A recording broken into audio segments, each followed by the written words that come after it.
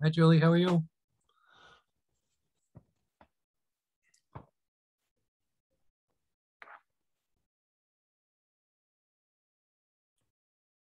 I'm fine, Bob. How are you?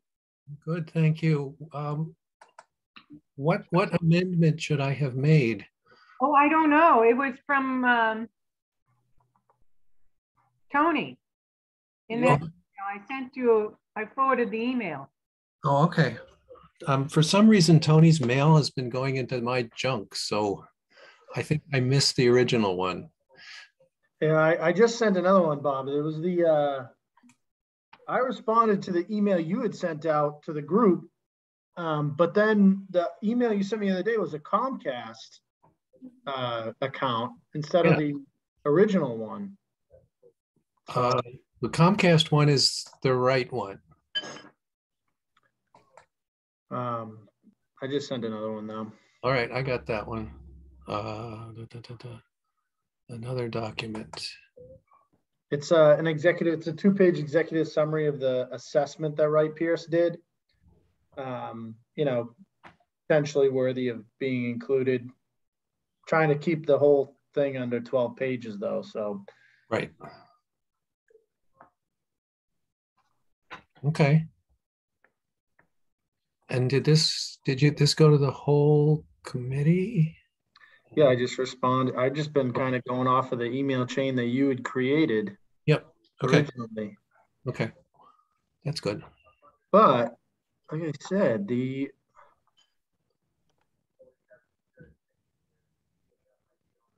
there's a bob.vanderslice at outlook.com too. Oh gosh, that hasn't existed for a while. Well, that's where your original email came from to the committee. Really? Yeah. I know what's going on then. Hi, Julie. Okay. How are you? I'm fine. Oh, So I don't want to do that anymore. Okay. So if basically this will mean nothing to anyone, but if I send it from the Outlook client, it goes from outlook.com. I just have to send it from the Comcast client. Right? That means nothing to anyone. Got it. that's correct. Nothing. But thanks for explaining, Bob. Sure. Yes. Anytime I can confuse you, I'll be happy to do that. I'm always confused. Yeah. Likewise, ditto. Ditto. I'm the same way.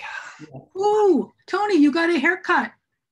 I got a haircut. Yes. Looks good. Thank you. Thank you. Very nice. I'm even drinking wine right now. Oh my God, what kind? Red. I know it's red, but what kind of red? Cab Sauv. Cabernet What? Sauvignon. Oh, it's a cab. Yeah. What kind is it? What's the name?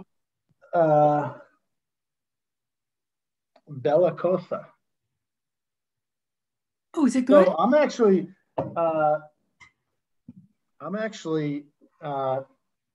in a hotel room with my wife. We are on our 5-year anniversary. Got away for the so she's thrilled that you guys are able to join. Yeah. For sure. I bet.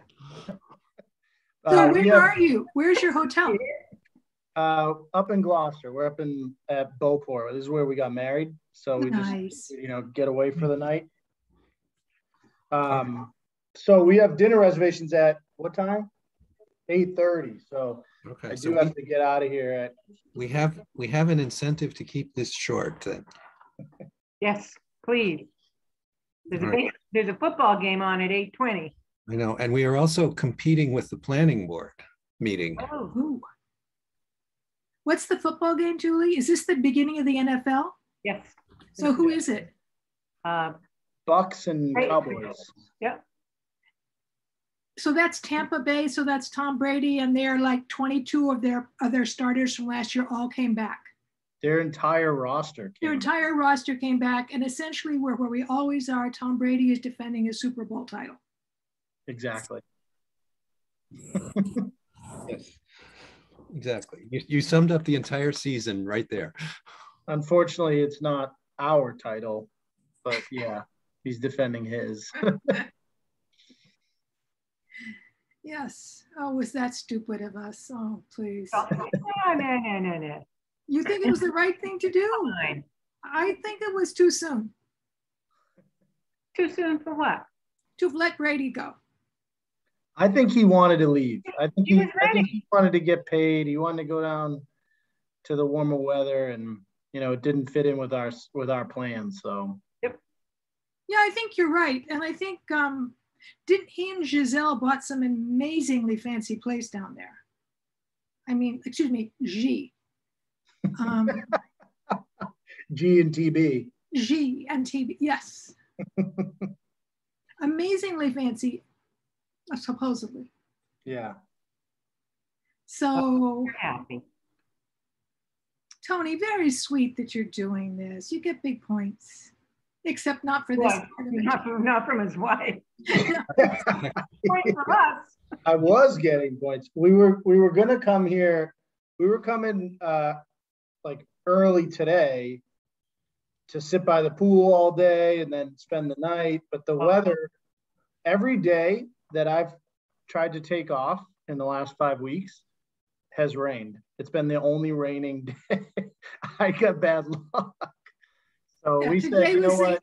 We'll stay a little bit longer tomorrow during the day. And good. Supposed to clear by, I think, around 10-ish in the morning. So sleep in. Wait a minute. Let me check. Hang on. I have my weather app.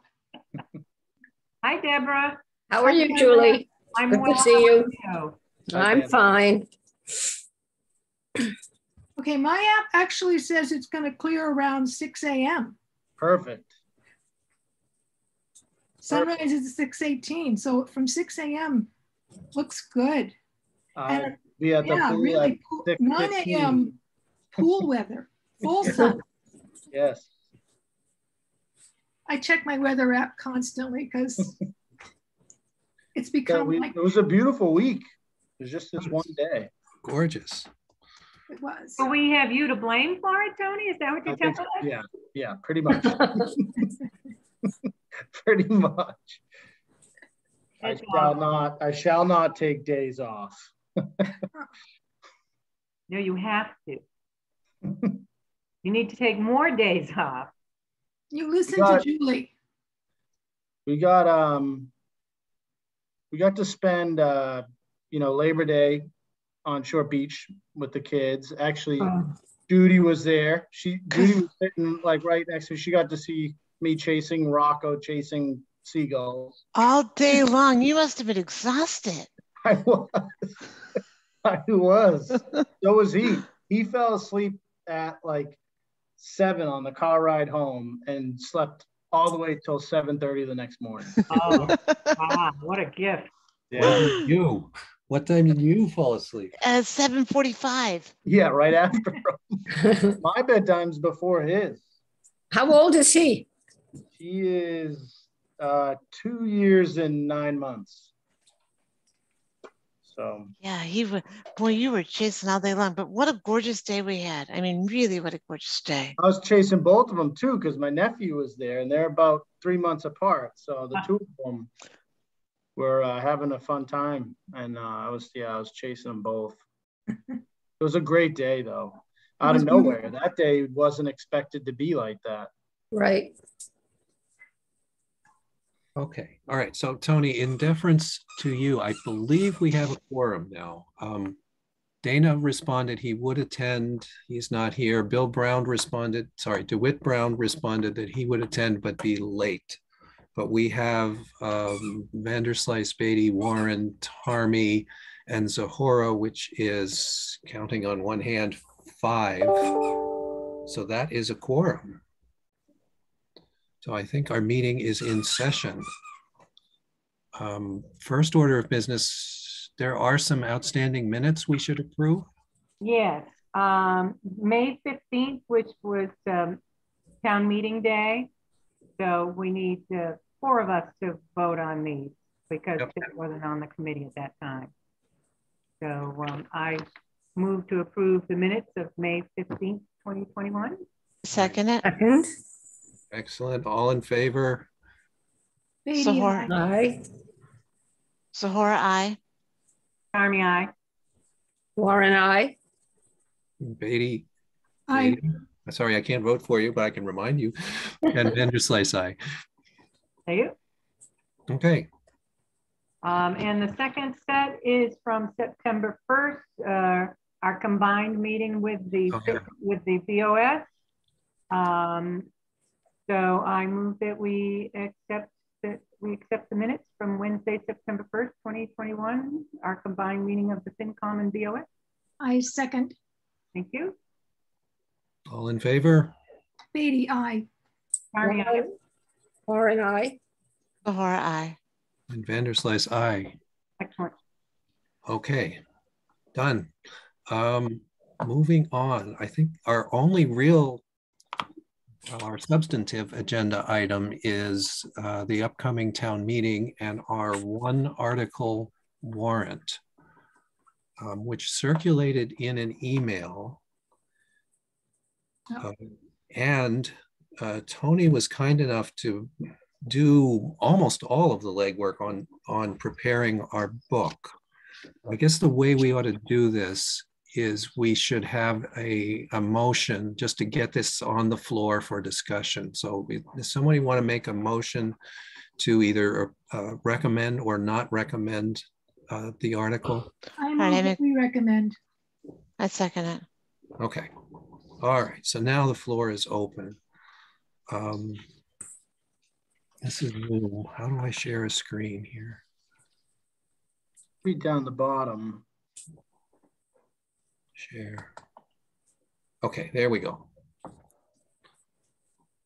It says I'm sharing. So does everybody see this? Okay. Yep, you can see it. I don't know what since Tony is here, I guess I'm just going to throw this open. Are there any questions regarding the issue here? No, but if I could just ask one quick question. We just made a motion to recommend the discussion of this, or? I think to recommend the article itself. Okay. Yeah, to recommend the article itself. That's what I thought I was moving. And that opens it for discussion, and then we will vote on recommending it. If you don't really want to recommend it, when we get there, you would vote against it. Right. No, thank you. I just wanted a little clarification. Thank you. Yeah. So keep scrolling. By the way, this book can be changed. The order of this can be changed. I tried to, usually your opening statement about a town meeting comes first, but I did this, I typed this up, so I didn't know if you want to have this first or if you wanted to have the warrant come first. So those could be swapped. yeah, we typically start with a letter. Right. And it's typically from us. I mean, there's nothing that binds us to having it that way. Then comes the article. In my version, we'll come back to it. I added some suggested text there and then some supporting data. It looks like this last, what is now an empty page, is going to be the debt schedule. Yeah, so I have a debt schedule, like a $3 million, what I had forwarded to you guys from Allison. And then I have the executive summary that I just sent you guys from Wright Pierce about the assessment that they did, just as supporting documentation. If people ask, why did we decide to do a slip line project instead of, Right. other options. And that's a 3-pager, 4-pager, something like that. Two page. Oh, 2-pager. Yep. So that would still, we're at 8 pages now. That would give us 10. We have to have multiples of 2, and we have to stay under 12. Those are our. Does that include the covers? That includes the cover, yeah. Right, and then the back also. So the cover, and then there's a blank page, which is the back of the cover, and then the table of contents. So really right now you're at one more than what. So really there should be a blank page in here. Yeah. So does that mean we need 12 to include the debt page? No, it means we're already over, right? Well, why can't the table of contents just go on the back of the cover? It could. Yeah. What the heck? I mean, that's okay. So we can do that. Yeah, it's free real estate. I'd go with it. And does the letter take up 2 pages? The letter does take up 2 pages. Two.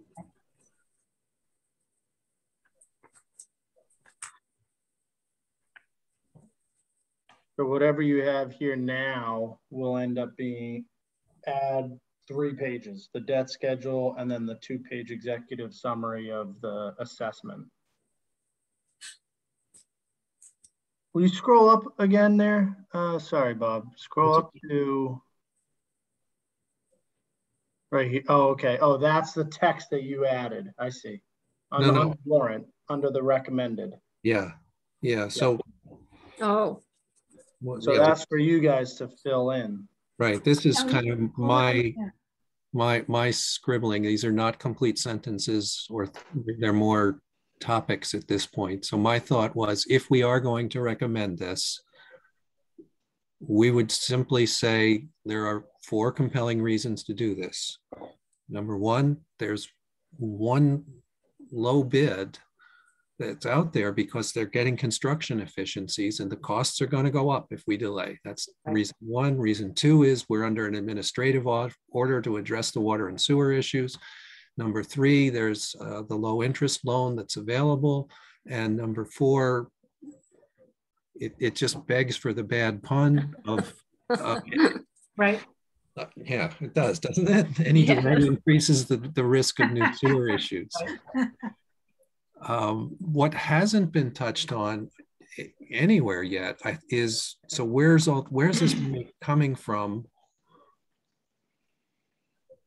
Probably source of funds is not even the right title, but some of the financial details of this. What's the cost per taxpayer? And it is indeed going to end up mostly on the taxpayer, not on the water consumer, because of the debt shift thing.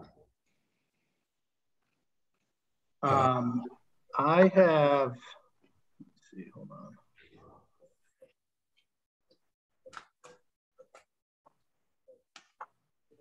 An email from Allison. I asked her, I asked her that question, like, because I figured someone's going to ask us, what's this costing us? What does this cost the average taxpayer? Right. And she put together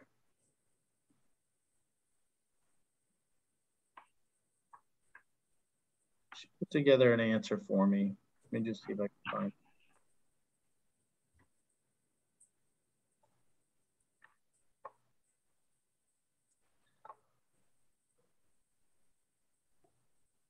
So it's tough because the way that the debt shift works is it's essentially an override that isn't voted by ballot, right?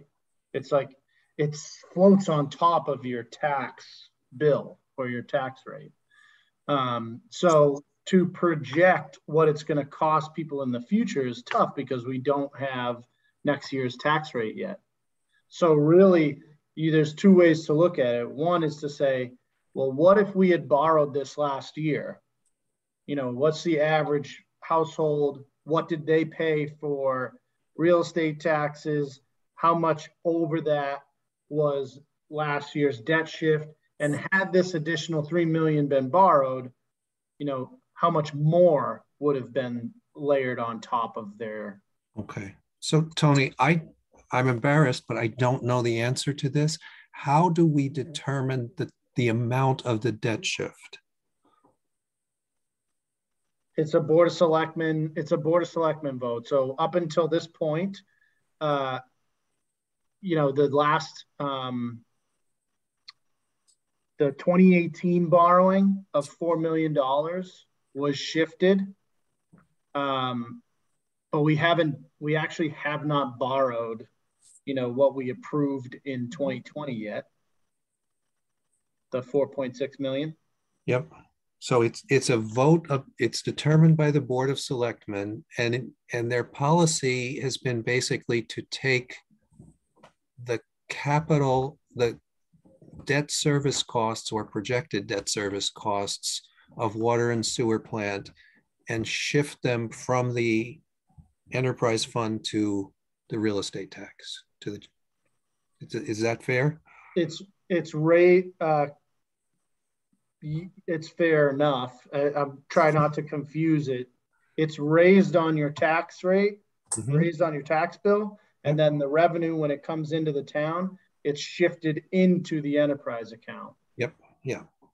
And paid for out of the enterprise account. That's why, I don't know if you remember, but there's that one article every year that gets really confusing about the enterprise accounts, where we actually authorize, town meeting authorizes us to spend out of the enterprise account more than what we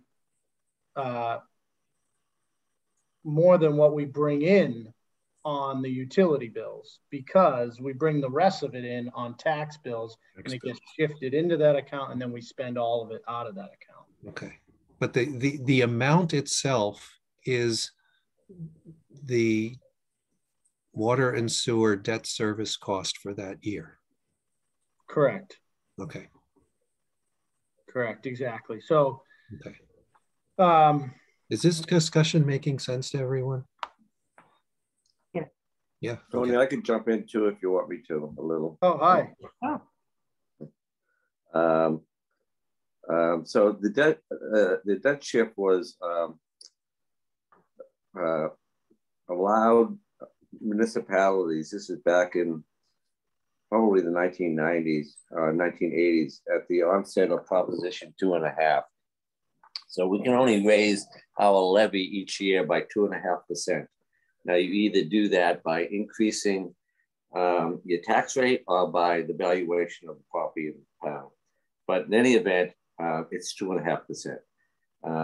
And we hit that levy limit every single year, as most communities do, 2.5%. Well, the state legislature realized when they imposed all of these new demands on improving our infrastructure, water and sewer, that municipalities would not be able to stay within their levy limit, within their 2.5%, and also take on this extra debt. So they allowed the Board of Selectmen or the City Council in cities to, by a majority vote, shift the principal and interest payments of debt onto above the levy limit, above the 2.5%. So we're not restricted by the 2.5% levy limit. I don't know if that makes sense, but that's why we do it. All debt, or no, that wouldn't make sense. It's debt in enterprise funds. Yes. Yeah. No, just water and sewer. Oh, just water and sewer. Okay. Just water and sewer. Okay. And you don't have to shift all of it. You don't have to shift how all much. That's right, Tony. But our policy has been to shift all of it, question mark. Yes. Okay. Yes, at this point, now we've only shifted, I believe, each year, the amount that was due on the original 2018 $4 million borrowing. Right. But it should be relatively straightforward to figure out this new. And I'm sorry, plus, whatever water related borrowings we did. Yeah.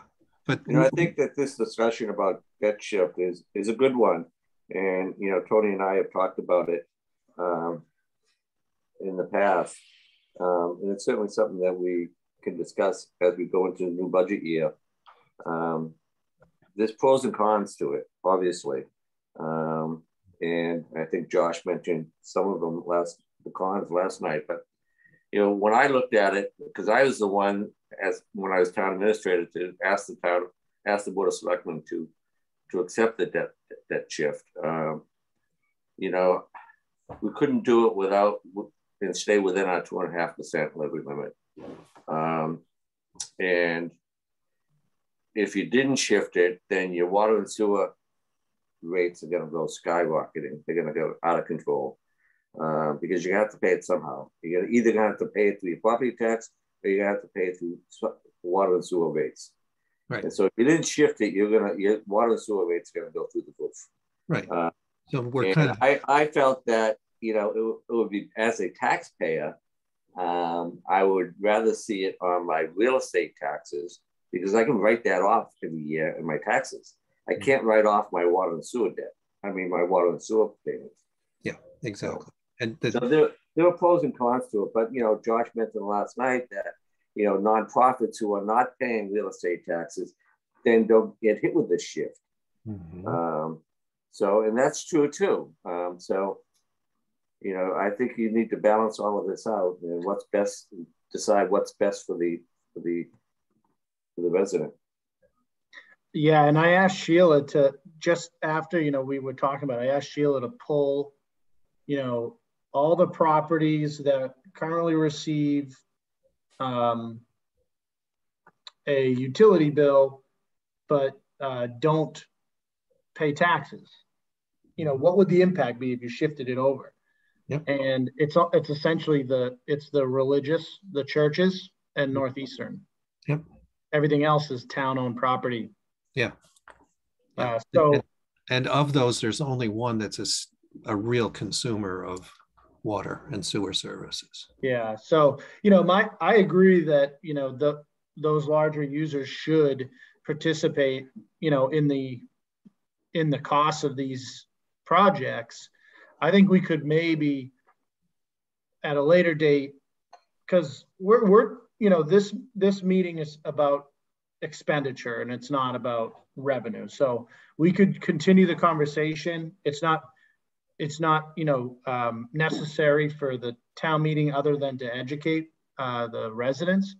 But I do think in the future we could talk about maybe a tiered rate structure, potentially a tiered capital cost rate structure as well on the water sewer bill, where your larger users are maybe contributing, are paying a higher rate per gallon, or even potentially paying a higher capital fee that's included in the in the water sewer bill.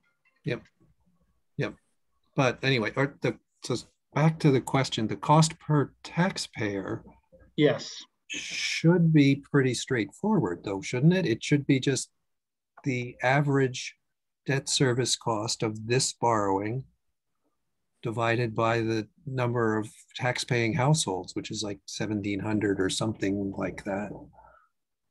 That's correct.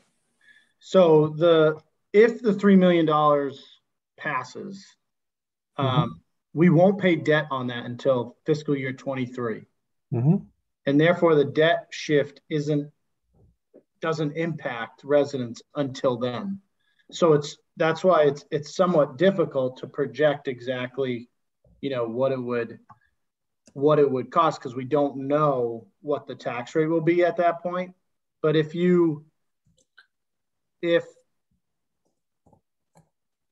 FY22 and FY23 if you were to assume that they're equal to FY21, when the debt service begins in FY23, the increase in the tax rate will be about 21 cents per thousand. The other way to look at it is if you look at the average family house value, it would be about $144 a year. That's what I was looking for. And a total of $2,882 over a 20-year period. What was it? I missed the total. 2,882 over 20 years. Now that's the average family house value, which I think in town is like 580. So, yes, there's a cost. It will be added to your real estate bill, but I kind of equate it to like you have a leaky roof. It's what can you, yes, it stinks that we have to come up with the money to pay for it now, but we can't ignore the problem. It's not going away. It's only, we've spent, as you saw in my letter, we've spent over $2 million on spot emergency repairs in the past 4 years. So I don't think you'll have any question, Tony, that it's needed. I mean, I don't think that's going to be a problem. I think that the question is going to be, what's it going to cost to me, and why isn't Northeastern paying more of it? That's right. Those are the two questions you're going to get. Those are the two questions, and you're right, Judy, and we don't want that second question to end up taking up an enormous amount of time. Well, I just don't know how to get away from it. I mean, I guess I would answer the second question with, you know, how we raise funds to pay the debt is not determined by this article. This article approves the spending of money, not how we raise to pay the debt. So, you know, we can continue the conversation to figure out, you know, ways that we could potentially capture some funds from Northeastern to help pay for this. But either way, it doesn't, you know, we need the authority to borrow and spend. It's not a huge number. I believe, Bob, you may know, what's the assessed value of Northeastern property? 500 something thousand? It's not a, yeah, that sounds right. It's not a lot of money. It's not what you would think it is. So, I mean, if you were going to try to calculate that, you do the debt shift on the assessed value of the property like everybody else, and it'll be like an average household almost. It wouldn't be a lot of money. No, I don't think it's all about optics, right? It doesn't have anything to do with the fact it needs to be done. I just think that we just need to be prepared for that question, because, you know, people are riled. It has nothing to do with the fact it needs to be done, or that the cost isn't, you know, or the way the debt shifts. It's just be prepared for the question. Yeah. Mm-hmm. But and the answer's got to be very clear and easy, short. Yeah. So question to the committee, do we want to address this, that issue in our recommendation here, or should we just be silent on it and let it arise on town meeting floor? Do you mean the Northeastern issue? Yes. Yes. I don't think we should say anything. It'll come up and we're prepared for it. Agreed. I agree. So we just basically, we don't even. I think that complicates the issue. We need them to say, we need them to give us the authorization to borrow. That's the outcome that we need to get. Right. So if Tony has a 3-line paragraph, no more, when that question comes up, we can shut it down. Okay. Do we even want to address the source of the funds? I think we have to. Don't we have a requirement that if we ask for money, we have to say where it's coming from? I think we do. Well, what's the cost to the ratepayer? Do you want to include that in your recommendation? Is that I think that's another thing that we can answer on the floor. There is no cost to the ratepayer. There's a cost to the taxpayer. Right. Yeah. I like the idea of answering it on the floor. If we know what the answer is going to be. Mm-hmm. Yeah, I agree. I agree too. So strike this whole thing then. Wait a minute. You're going to need it to answer the question when it's asked, but yeah, be in the book. On your third bullet under 4 compelling reasons, under where it says low interest loan available, if we were to borrow this on our own, it was a 3.5% interest rate. With the going through the clean water revolving fund, it's a 2% interest rate, or 2.1. So the projected savings is around $500,000 over the 20-year period. Don't you address that in your letter, Tony? I do, but you know, if you guys wanted to mention that as part of your recommendation, I just wanted to give you that info. Mm-hmm. For the people that stop reading halfway through. Right. Wow. Yeah. Okay. Are we back to now the question, Bob, about the source of funds? Because by saying cost per taxpayer, for some people, what's going to come up is that it does not reflect usage, right? It's just based on your property tax, right? Am I correct? Yes. And I know that there are some people who think that this should reflect differential usage rates. So I'm just putting that out there as something else that we probably need to think about, how we can explain in a succinct, clear way. Agreed. You see what I'm saying? I think that that's true. I think that that question will come up. Yeah. Because having nothing to do with this, that people want that anyway. So they're going to say, well, why can't this be based on usage? And just have an answer for that. Exactly. Very simple, very straightforward. So my usual, like, over a beer type conversation with that is, you know, by shifting it to your real estate bill or through that, not only is it a write-off, but it's also, most people, it comes right through their mortgage, where your utility bill comes out of your wallet.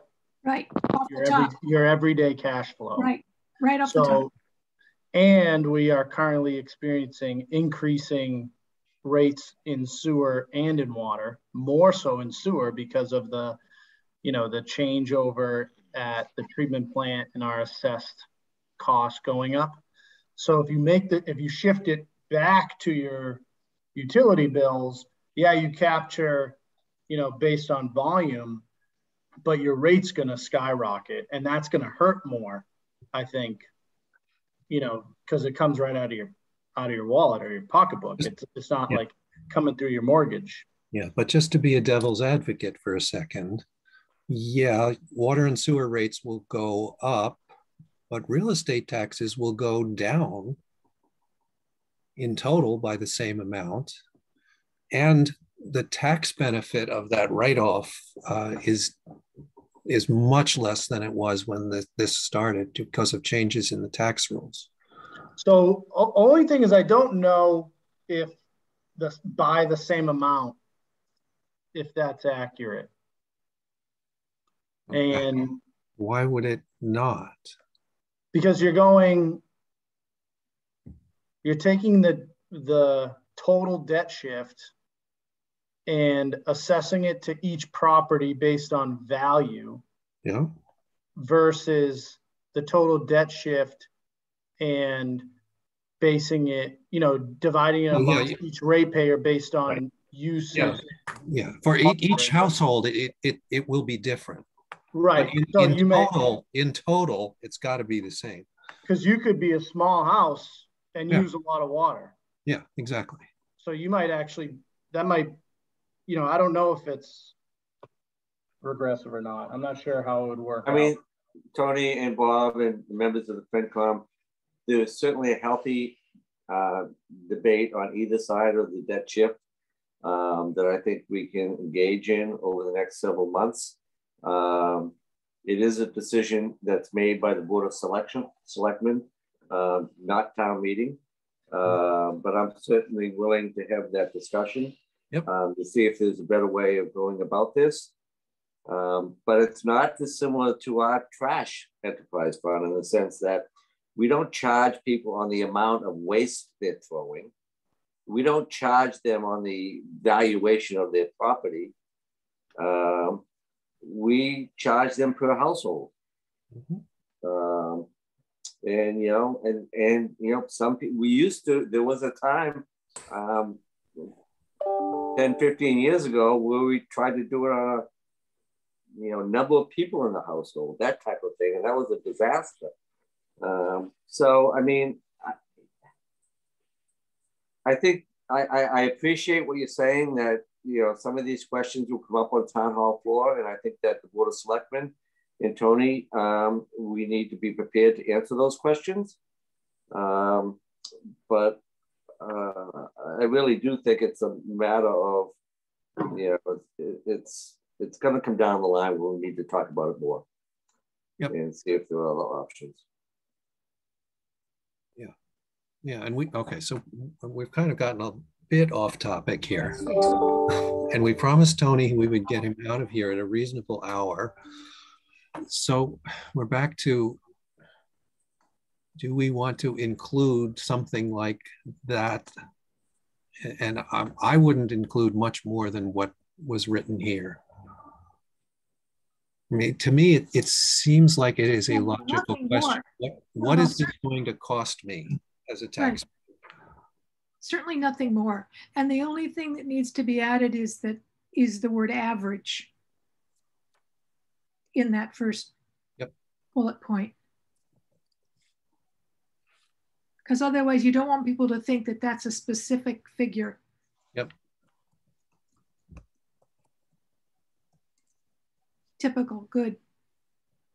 Did we agree on the 4 compelling reasons? No. Okay. By the way, there's a typo in recommended. 1C. Right. Good point. Good eyes. All right. So before we leave this one, so keep this or lose that?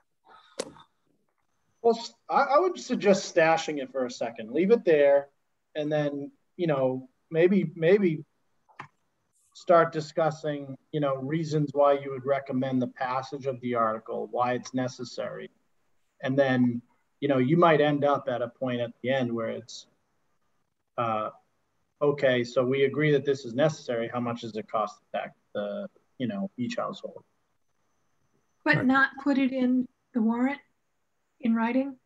You might. I mean, I don't see why in your recommendation, if you said, we believe that this should be passed, here are the reasons why, there will be a cost. We estimate it at this amount per average household.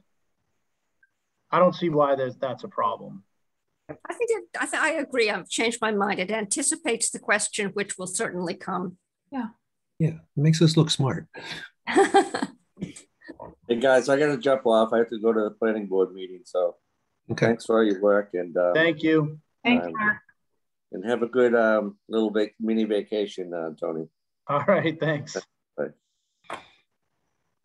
Okay, so should we, for now, back to the 4 compelling reasons? Mm-hmm.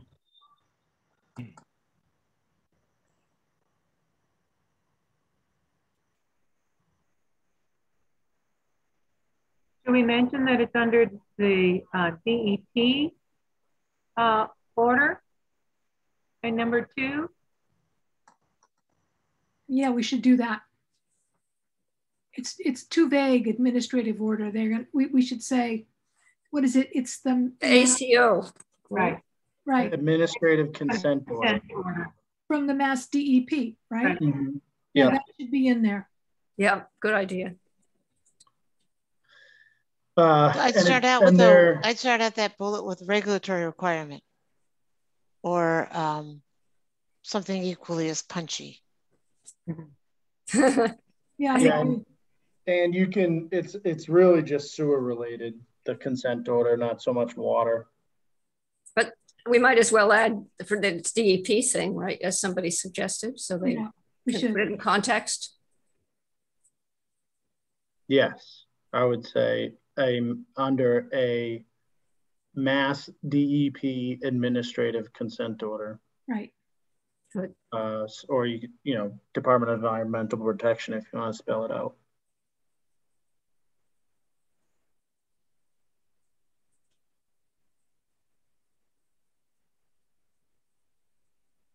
I was going to add that as an appendix, but it's 15 pages long. Tony, this is Dana. Does the appendix walk us through the debt shift and how this is going to be financed? There's a 20-year cost breakdown of what this $3 million, you know, what the payback is each year for 20 years. Oh, it's sewer or is it water? Just sewer. Just sewer. Okay, then what's the cliff note of when and what do we have to do? Well, the biggest part of the consent order is complete this project, the Linway project, from the rotary to the treatment plant by the end of the calendar year. Right. All right, so we should say that. Yep.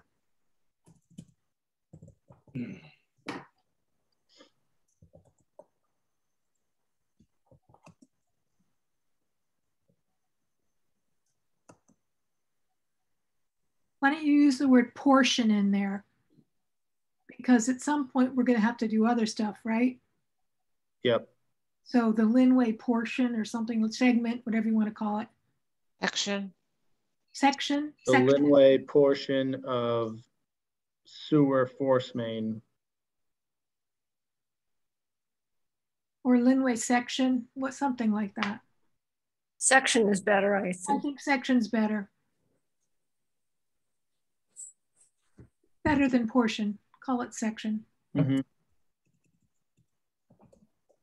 Because it's actually an area. Yep. And that's what you use in your letter also. Okay. I'm open, by the way, to comments or edits or changes to that letter. I thought the letter was pretty darn good. I did too. Thank you for doing that. Yeah, ditto. It's always tough for me, like I think I have to kind of keep a neutral voice in those letters and not say like, this is why you should vote yes. So I tried to tiptoe that line of just, fact-based info.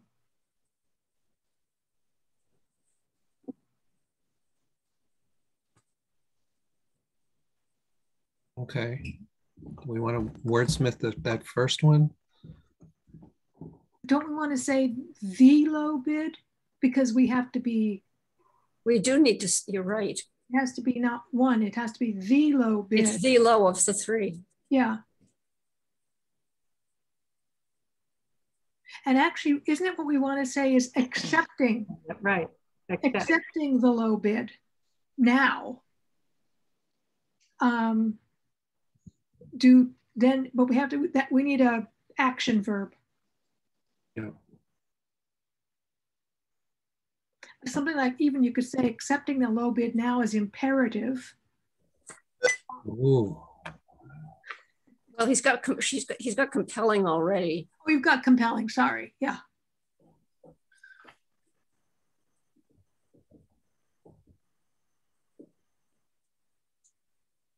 So we should start off with accepting, I think. There you go. Right. We want to, I'm trying to say one bid is significantly lower because of construction efficiencies. Oh. Economies of scale. Well, the bid lower due to,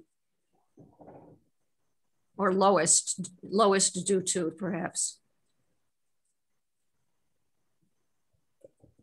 Because it's lowest due to, it's not a bid due to. Take advantage of economies of scale. Other, probably not good. Not sure it's well. It's not actually economies of scale. You know what this is? This is because Texas, the Texas Public Utilities Commission, the Texas PUC screwed up.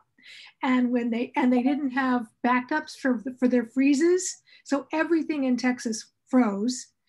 It should not have, but watch for the future. This is going to happen again. And that's why all those prices went up. And that's why they couldn't get the pipe that they're supposed to get. It's all goes back to the Texas PUC freeze. Wow. It always goes back to Texas. What's the answer to everything? That's the answer to what all our children are learning in school. Texas. Yeah. Texas sets the standards because they buy so many books as a set. Right, it's true. It is true. The textbook. Do your Christmas shopping early this year. So like that? Yeah, right. No. No, probably not. Just for fun. But that is the cause, actually. That makes sense. I read it in here and it's quite explicit. It's not timely. It's Earliest. So the background here, if this helps try to create, like, help, you know, make the sentence, the background here is that Gioso, the lowest bidder, is doing a job on the Linway for the city of Lynn. And I think that starts in January. So they're already mobilized. They already have their equipment there. They already have a crew set up. So those like overhead costs that they're kind of already accounting for because of the other job, we're getting the benefit of that.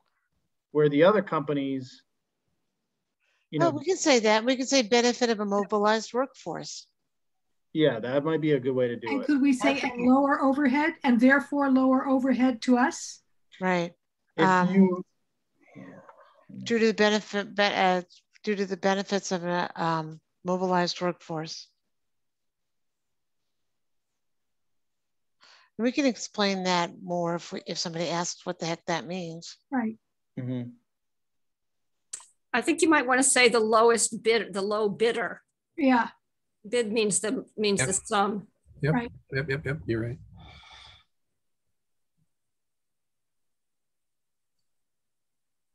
Mm-hmm. And offers construction efficiencies. Yeah, I think you need to change the punctuation after efficiencies. Yeah. There are two sentences in there, kind of. Yeah.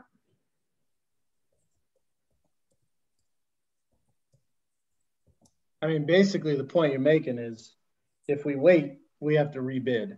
Right. And if we have to rebid, the cost could go up. I think we say that clearly. And then you don't have a choice because you have to take the lowest bidder. So Good. Delays is good.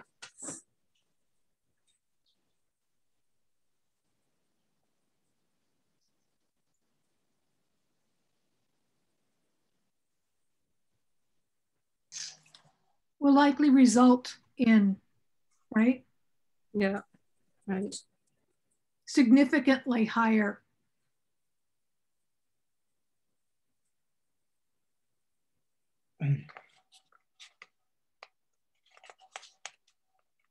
Higher cost, yeah. Higher cost. Right. That's it. That's enough. Yeah, that's good. That says Right. it. And then last but not least, I almost like it the way it is. I kind of do. I'd leave it. Why not? well, you could explain that by if you look at if you scroll down to the timeline summary, you know, you can explain that easily by saying, okay, there's your force main breaks right there. 2, 3. April 2 in April in 2017. There's 6 of them. Yeah, there's 6 in a 3-year. Yeah, 3.5 year, 4-year span. People might want to be told that. That's pretty. Well, it'll be there, right there on the page. Was there another one in 2014? Probably, I'm not sure. I wasn't around, but you know, the assessment that Wright Pierce did found the section of the Linway between the rotary to the wastewater treatment plant that the thickness of the wall 10%. Of the pipe, 75% loss. So it's paper thin. Yep. I mean, I don't want to say it's a guarantee, but it's likely that we're going to see another one if we were to wait. Yeah.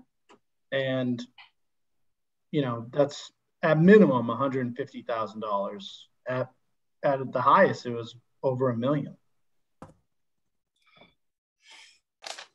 Well, all of that is implied, if not said explicitly in your letter. Yeah. So I think that's pretty clear. The thing is, Deborah, is that your committee is an independent body. So sometimes the residents, will take your word more than mine. Right. That's part of our job.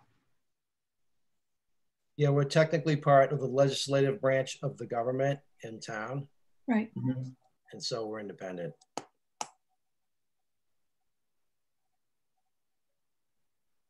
Hey, Tony, I don't know if this is appropriate time, but can you quickly walk us through the borrowing of the money, the debt shift, how the money gets paid back, and when will it be paid back?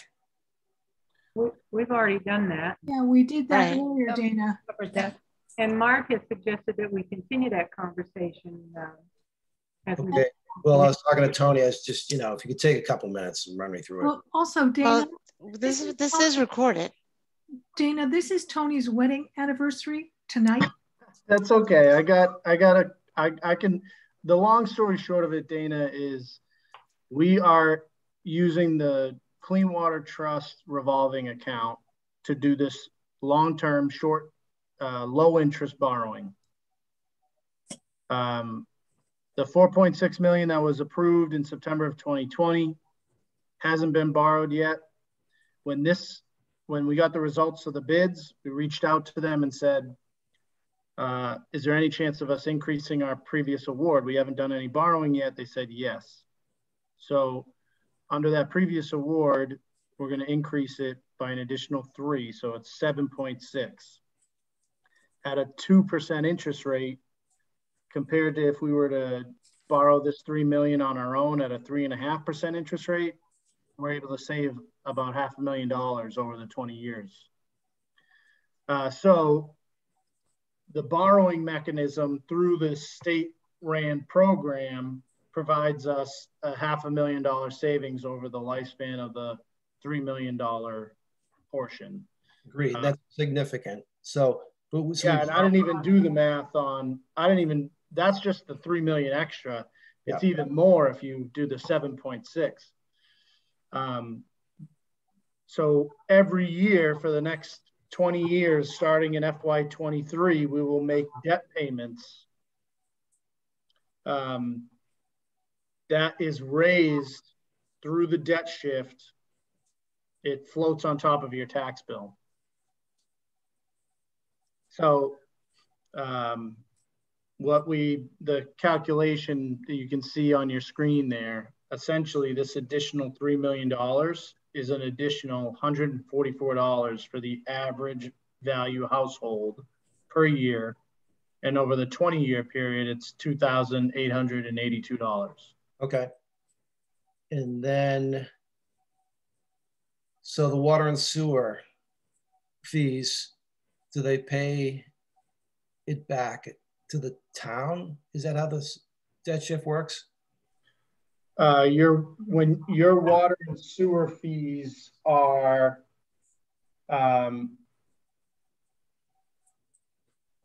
calculated based on everything related to the enterprise account except for the debt, because the debt costs are raised on your tax bill instead.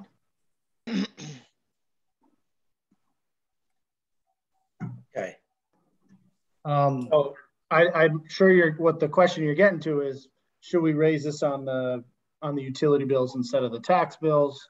That was where we were before you jumped on. It's a conversation that we can, certainly we'll be prepared to answer that question at special town meeting. But it's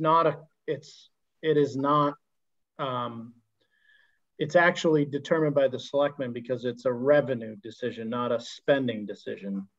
But the Board of Selectmen are, fully supportive of having the conversation with the FINCOM, as we move forward about, raising that revenue. But for the purposes of this meeting, and for tonight and for the special town meeting, it's kind of outside of the scope. But the cost to the taxpayer, that's going to live on through the course of the borrowing, even if we do raise the water and sewer rates. Well, no, I guess if we were to raise the water and sewer rates, we could appropriate some of that revenue to go towards debt and then shift less debt to the tax rate. Okay. All right, so these are questions that are going to be decided down the line, and all right. Enough. Thanks for your patience, everybody. Oh, one more down the line issue, Bob, under regulatory requirement, you should add that we risk being penalized. Correct? Yes, that's correct. If we don't complete it in time, we risk being penalized by the state.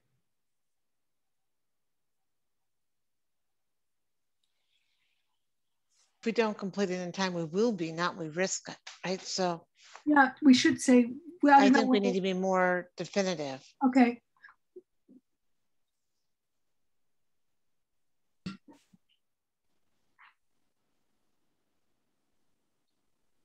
Oh, the only reason why I said raise risk is because Tony's letter explains that they kind of understand. Yeah, they know the situation that we're in. I want to believe that DEP, wouldn't penalize us if the town didn't give us the authorization to borrow the funds. But they certainly could. Right, legally, yep. Oh yeah. Could you ask for a deferral so you don't have to do it in this year? Ooh. So I think that if we go to town meeting and it doesn't pass, DEP would be more open to amending our dates and giving us an extension. But if we didn't make the effort, I don't think they'd be as cooperative. And we lose the advantage of having the workforce already mobilized. Right, which is the lower cost. Right, which is a huge disadvantage. And we don't really want to wait on this because we risk break in the sewer line. Right. All right, so you convinced us. Yeah. I know. Now I got to convince people to show up. I'm afraid the only people that come are going to be people that are against it. Yeah, I mean, people of the town are going to view this as a tax increase, no matter how you explain it. So, well, it is. It is. Yeah, exactly. Right. But warranted. No choice. No choice. And if we don't do this, the penalties and the costs are could be very significantly higher. I mean, it'll get worse, much worse. Yeah, you're gonna hear my leaky roof metaphor quite a few times, I'm sure. And then the tax increase will just get higher and higher. People don't want that. You don't even have to do a leaky roof, Tony, because you've got actual water. You have actual breaks that you can tell them how much it cost. Right. Yeah. Well, he does in this timeline too. Right. Very clearly in those bullets. Right. So we're adding like pouring money down the drain. It's a huge decision we have to make at this point before Tony goes and enjoys the rest of his cab. Yes. Sauvignon. Are we leaving that? Have to make, it's a big decision, folks. Any delay increases risks of new sewer issues. It's the like pouring money down the drain phrase. Where is that? There. I'd say continuing to pour money down the drain. There you go. Not like it is. It is. Right, because we already are. Yeah. Right. We already have. continuing to pour money down the drain, literally. Increases is continuing to pour, right? More money down the, it's more money. No, I'd say continuing to pour money down the drain, and I put some sort of a dash, literally. Because we are, I mean, you know, we literally are pouring money down the drain. Yeah, yeah. Yeah, take the question mark off. And do we want to have that in parens, I guess, or just commas? I guess parens is okay. Yeah, parens. Okay.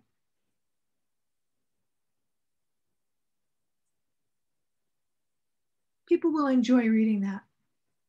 Yeah. We have to give them a little reward. A little levity, right? Yeah. For all those taxes, right? Right. You don't want to be too much the heavy.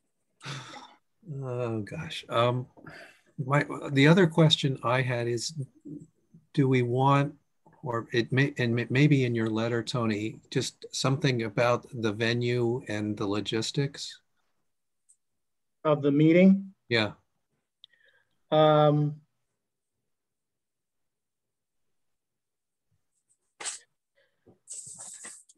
So I'm going to require masks. I'm going to have it spread out as much as possible.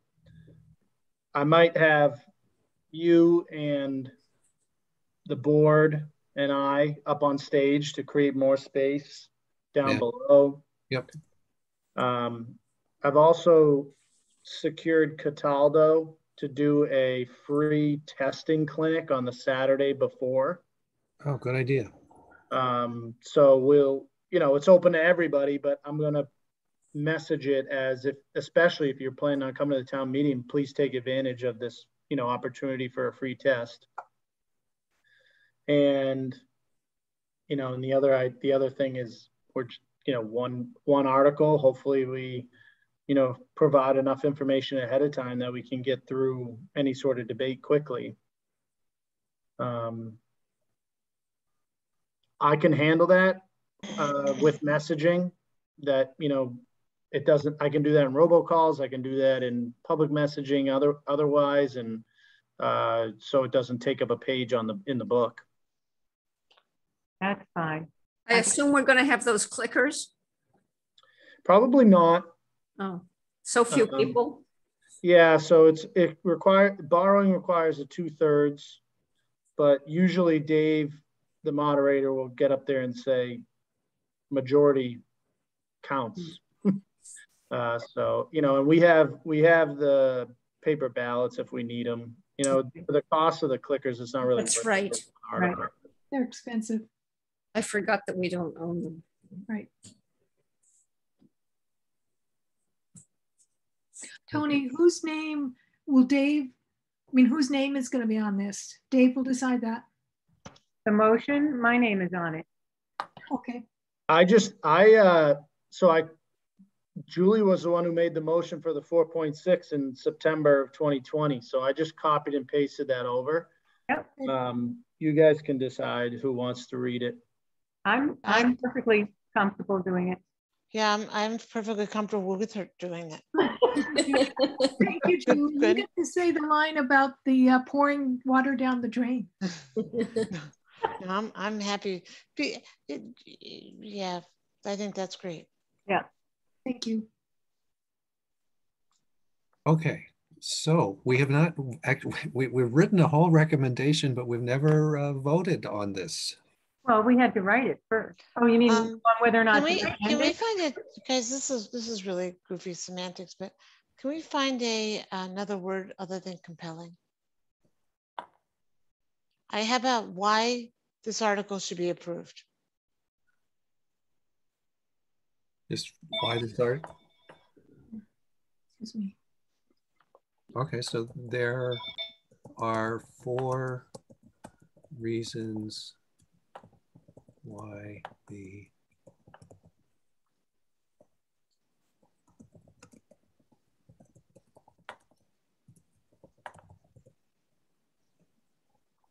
Thank you. I liked compelling, but okay. Yeah, it just was not as action oriented. Okay.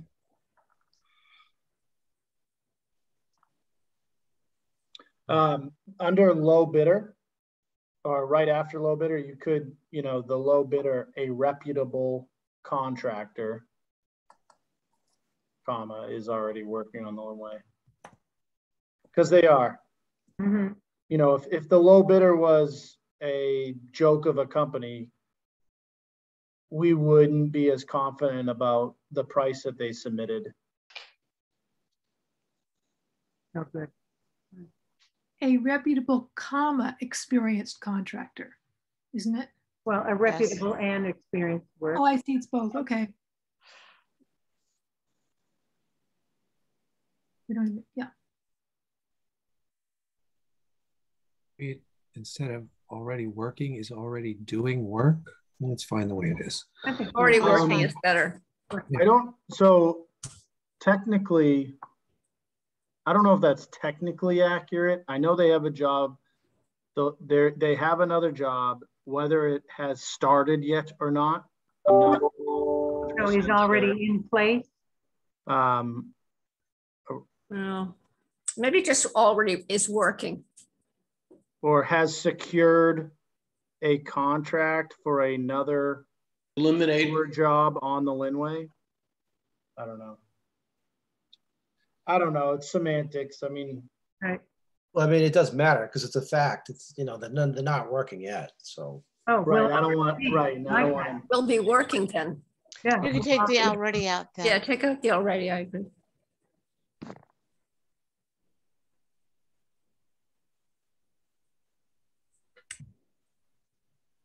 Yeah, that doesn't work. All right, so do you want a motion? Is that what you're looking for? We have a motion and a second. We just need to vote on it.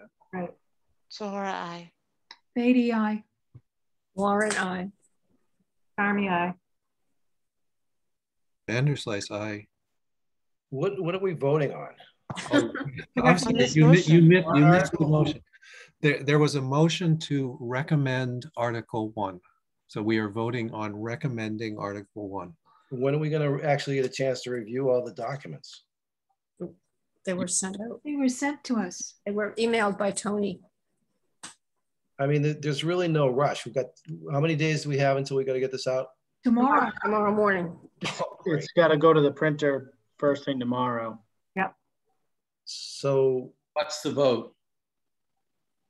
The vote is to recommend Article 1. So if you vote yes, you are recommending Article 1. I'm sorry, wait, what? What is the count? Oh, it's 5 yay. Okay.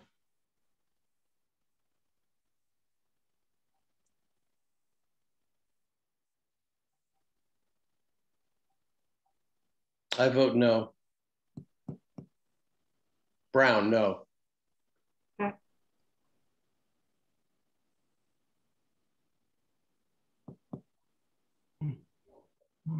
Dana? Well, a couple things before I place my vote. This is an important article. I feel like there hasn't been enough time to analyze everything. Now we're being told that it has to be done by tomorrow. And it just doesn't seem like the right way to do business. I am inclined to support it because I believe the factual part of it, but the process I have a real problem with. So Dana, if I can respond to you on that, it's in no way intentional to do business that way. The bid, we have only a certain amount of days to award a contract after bids are submitted, and the Clean Water Trust has their, first meeting is October 3rd or something like that. It's like that first week of October. So in order for us to Then you work on that date and work backwards. And then our bylaw requires the warrant to be posted 14 days in advance, and then the books to be delivered 7 days in advance. So that's how we end up with this like speedy schedule. And the documents I've provided to you guys was an effort to help develop a book from you all, in that quick turnaround. Right. So that's the product of it. It's not intentional. And Dana, I understand your concern for process. I mean, I get it. And it's a big deal. And I understand. But I think Tony has explained well.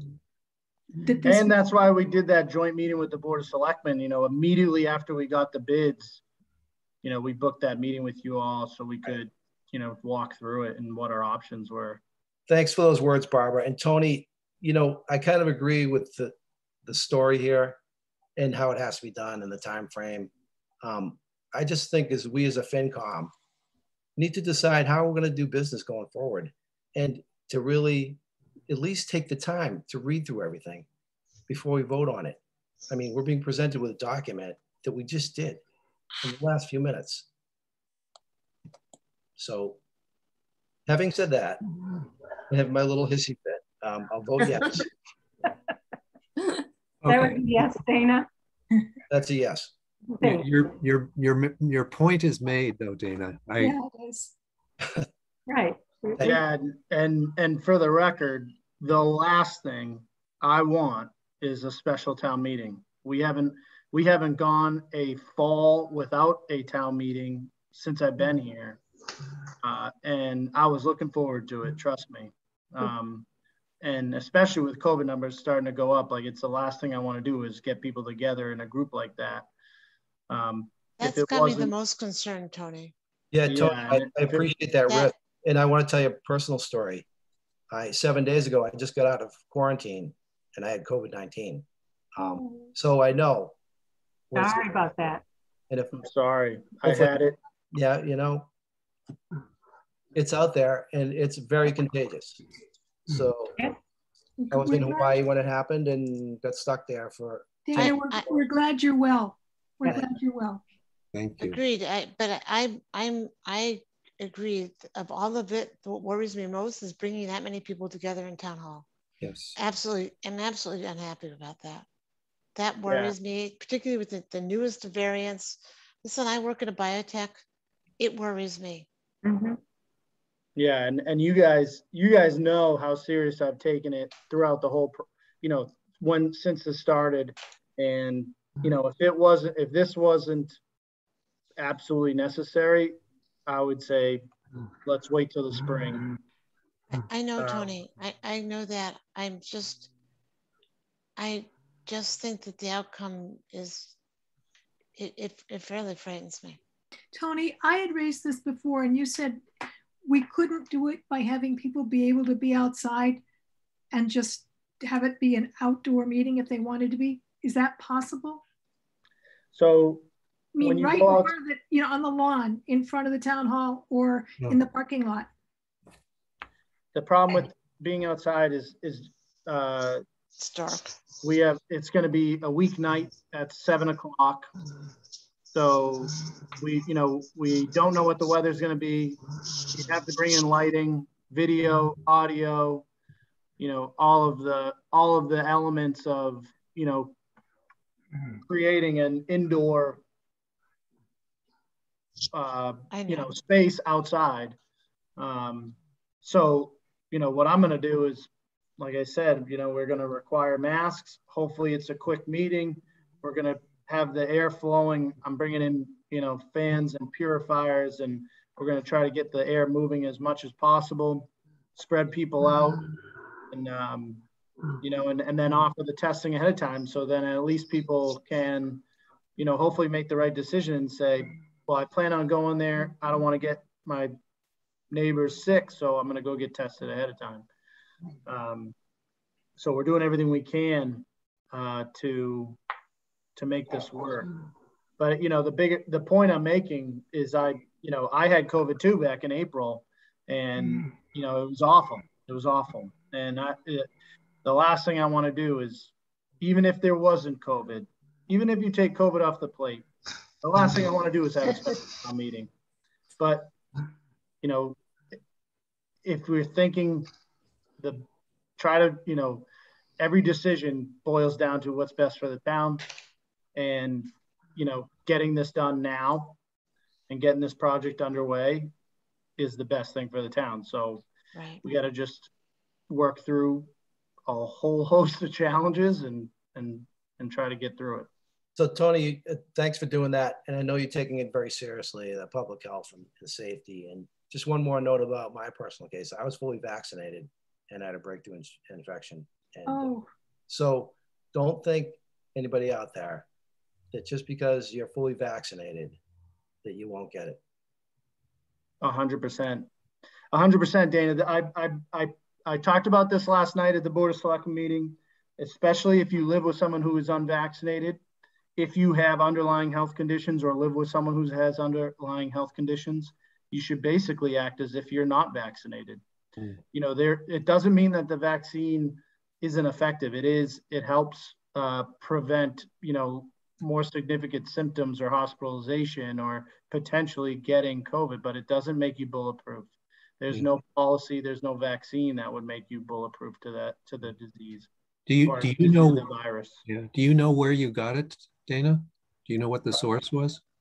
Well, I was in Hawaii on vacation with my family, and my daughter's not vaccinated.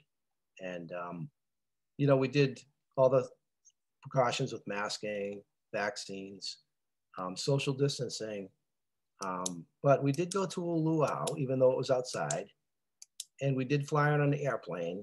Yeah. And we don't really know. All those things happened within the time frame before, you know, the diagnosis. So we don't really know. Yep. And I probably got it from my daughter. She picked it up somewhere else. She was only sick for a couple of days. I was sick for like 8 days, and, you know, fever, headache, body ache. And that's with, I didn't have to go to the hospital. So just, you know. It's inevitable. One more quick thing. It's inevitable that everybody on this call is going to know somebody or be somebody that tests positive. Yeah. Do me a favor and don't add a layer of shame when someone tests positive. And Dana knows what I'm talking about. Yeah. You know, going to a social activity and by accident catching the virus, you know, it's unfortunate, but you shouldn't be shamed for it. Nope. Right. So try to spread that message with your friends and family, because I'll tell you, people are so, you know, because of like the way it's talked about in the media and that sort of thing, it's like people kind of shame people when they get sick, and, you know, it's nobody's doing it intentionally. So.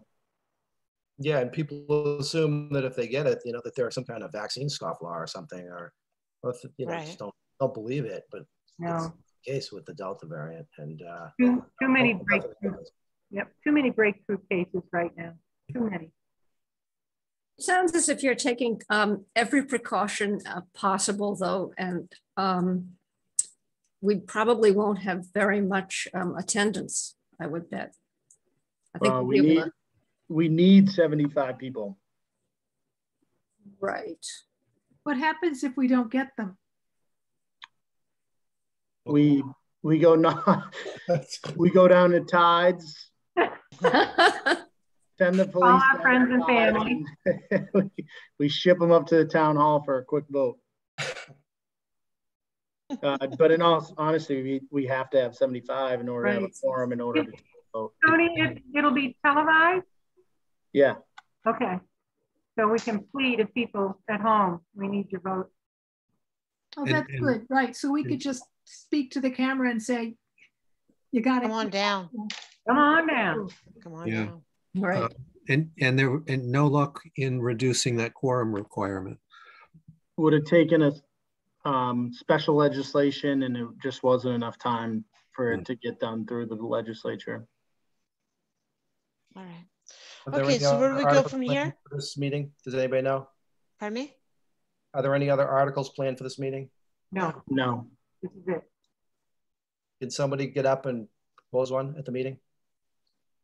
I don't think so. Nope. No, because we haven't gotten anything ahead of time, right? Right. They can amend the existing article on the floor, but they can't add a new one. Right. And it has to be related to what's on the floor. It can't be something completely different. Right. So I have to just end by saying that the motion passed 6-1. Thank you. Yep. All right. What's our next step? Tony, I see no member. Well, I see Kathy Martin, who I will unmute here for a second, but this is, how do I unmute her?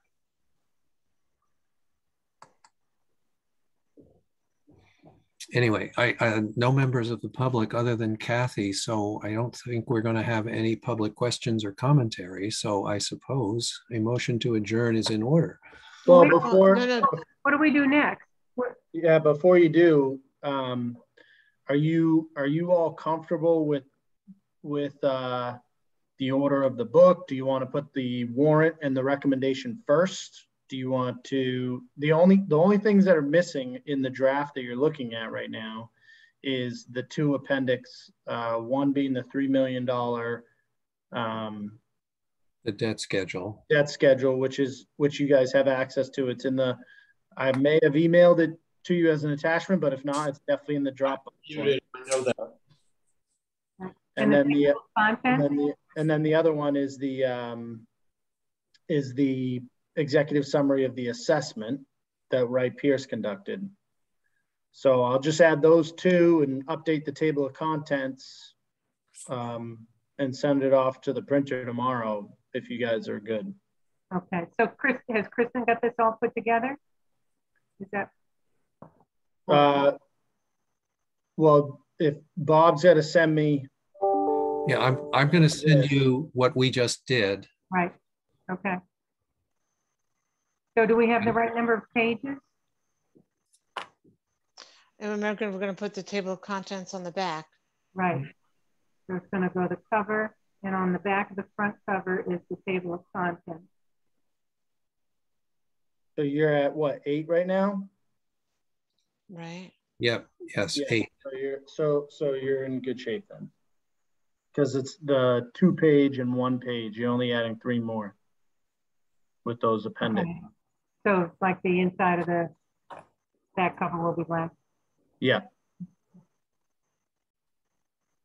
All right. So I will email this marked up version to Tony and the rest of the committee as soon as we're done here. Thank you, Bob. Tony, I guess if you could, when you get the final version, just send it around to send it to all of us. Mm-hmm. And if any of the committee has any last minute changes to it.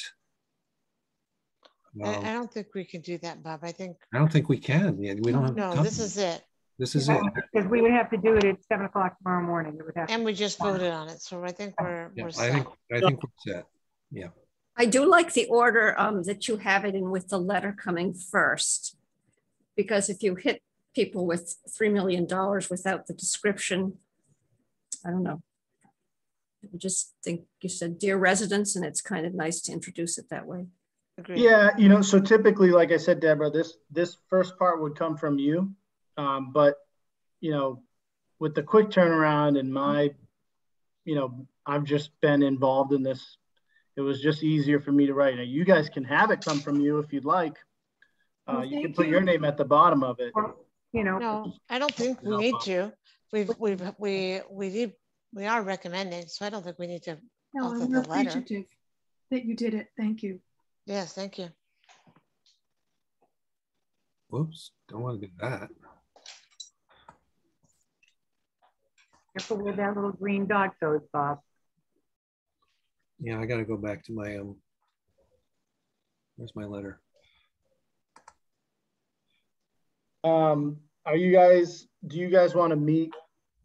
Do you want to schedule a meeting between now and then, or prior to, like the night of, like we typically do? Oh, like we typically do?